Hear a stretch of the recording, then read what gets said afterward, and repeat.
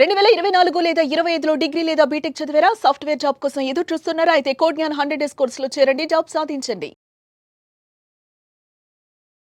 నమస్తే, welcome to Suman TV. నేను మీ anchor సిరి.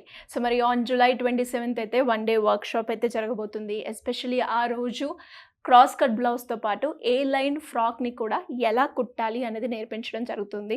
So దానికి సంబంధించి ఈ రోజు ఎపిసోడ్లో మనకి ఏ లైన్ ఫ్రాక్ ఒక డ్రాఫ్టింగ్ విధానం ఏ రకంగా ఉంటుందో దాని గురించి మనతో మాట్లాడడానికి ప్రసన్న గారు ఉన్నారు. అడిగి తెలుసుకుందాం. నమస్కారం మేడం. నమస్తే సిరి. సో మేడం, జూలై 27th రోజు అయితే 1 డే వర్క్షాప్ అయితే జరగబోతుంది కాబట్టి ఆల్రెడీ మనం ప్రీవియస్ ఎపిసోడ్లో క్రాస్ కట్ ఎలా ఉంటుంది అండ్ డ్రాఫ్టింగ్ ఎలా తీసుకోవాలి, ఒక ఫ్యాబ్రిక్ మీద మనము ఆ డ్రాఫ్టింగ్ చేసిన కటింగ్ పేపర్స్ తోటి ఎలా తీసుకోవాలి అనేది కూడా మనం మాట్లాడుకోవడం జరిగింది.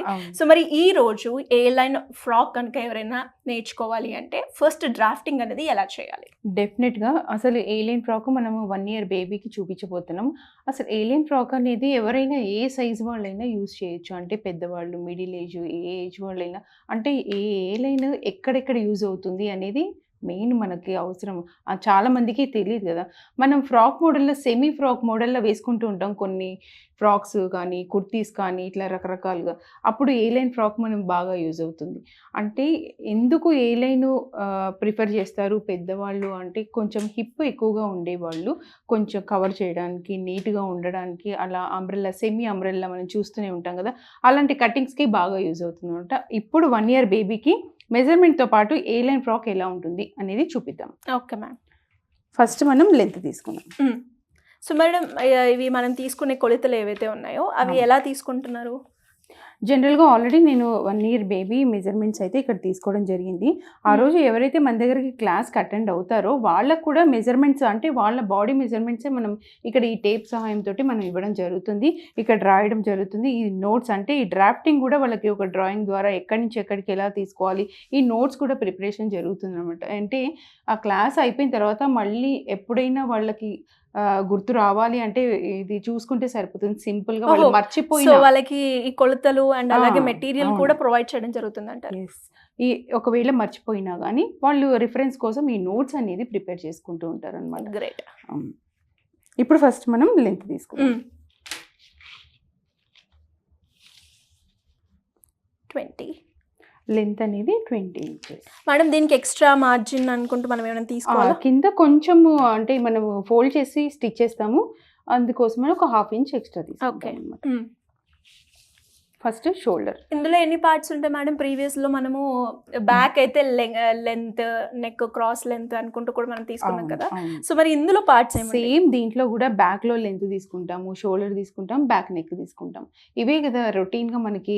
అంటే ఫ్రాక్ కూడా అలాగే సేమ్ మెజర్మెంట్ తోటి ఫాలో అవుతుంది step by step. Next shoulder వచ్చేది. ఓకే. షోల్డర్ మనకి 12 inches ఉంది. దాంట్లో 6 అంటే బై 2 పార్ట్స్ చేయాలి. హాఫ్ మనం మెజర్ చేసినప్పుడు ఇటు నుంచి 2 హాఫ్ చేయాలి అని చెప్పాను ప్రీవియస్. అలాగే ఇక్కడ కూడా అలాగే చేస్తాం అనమాట. 3 inches ప్లస్ నెక్కి 2.5. ఆర్మ్ హోల్ లెంత్ ఇక్కడ అప్పర్ చెస్ట్ వచ్చేసింది ఈ లైన్ మీద 8 inches. కొంచెం ఎక్స్ట్రా మనం మార్జిన్ కోసం కూడా పెట్టుకోవాలని చెప్పాను కదా.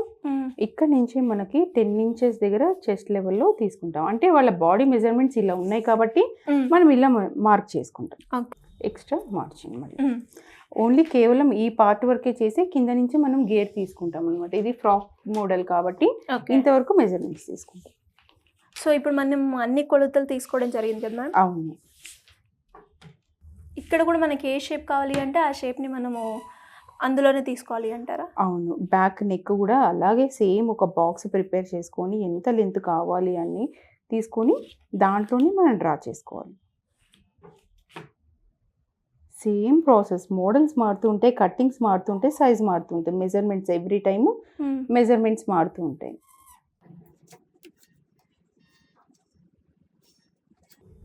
ఇక్కడ ఏదైతే మనం కింద లెంత్ తీసుకున్నామో దాని ప్రకారం తీసుకుంటాం అన్నమాట.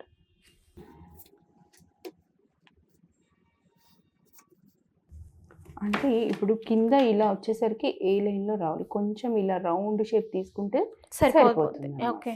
మేడం ఇప్పుడు చాలా మందికి కూడా డౌట్ అయితే వస్తూ ఉంటుంది. అంటే ఈ ఫ్రాక్, బ్లౌజ్ ఒకటే రోజు అంటున్నారు. 2 పాసిబుల్ అవుతాయా అని.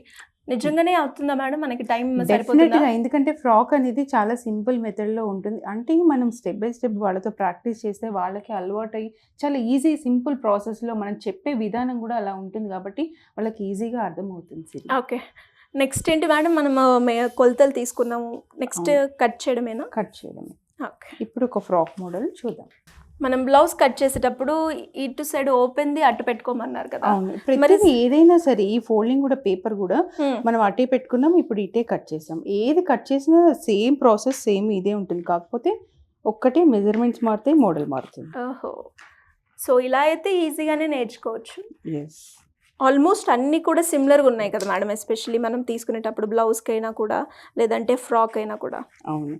మీరు నాతో జర్నీ చేసి రోజు చూస్తున్నారు కాబట్టి అలా సిమిలర్‌గా అనిపిస్తుంది. అంటే అంతే కదా మేడం ఆల్మోస్ట్. మీరు అన్నట్టుగానే నేను అన్నట్టుగానే ఈ ఓపెన్ ఏదైతే ఉందో అదే అటే పెట్టుకోమన్నారు. అవును. డెఫినెట్‌గా సేమ్ ప్రాసెస్ ఉంటుంది. కాకపోతే మోడల్స్ అనేవి మనకి రకరకాలుగా మారుతుంటాయి. మెజర్‌మెంట్స్, డ్రాఫ్టింగ్, హ్మ్. బ్యాక్, ఫ్రంట్ ఇవన్నీ ఏది మారదనమాట. అంటే మనం ఎలా మోడల్ కావాలి, ఏ మోడల్‌లో మనం కట్ చేస్తున్నాము ఇది చాలా ఇంపార్టెంట్. యెస్. ఎందుకు ఎస్పెషల్లీ నేను ఇలా అడిగాను అంటే, ఇప్పుడు నేను అన్నట్టుగానే చాలా మందికి కూడా ఇవి 2 అవుతాయా? మాకసలు నాలెడ్జే లేదు. 2 చేయగలుగుతాము ఒకటే రోజుల్లో అంటే, ఇప్పుడు మనకి మాట్లాడుకునే దాన్ని బట్టి ఒక క్లారిటీ వచ్చి ఉంటది. ఎందుకంటే ఆల్మోస్ట్ సేమ్ ఉంది. జస్ట్ కొలతలే వేరియేషన్ ఉంది. అవును. ఇది యాపిల్ షేప్ అన్నమాట. అంటే A line frock. Okay. A line frock అయితే రెడీ అయిపోయింది. ఫ్రంట్ పార్ట్ ఓన్లీ ఒక పార్టే. Only front part. ఇలాగ same as it is back కూడా కట్ చేసుకొని నీట్‌గా ఫినిషింగ్ ఇస్తే ఒక షేప్ అనేది వస్తుంది.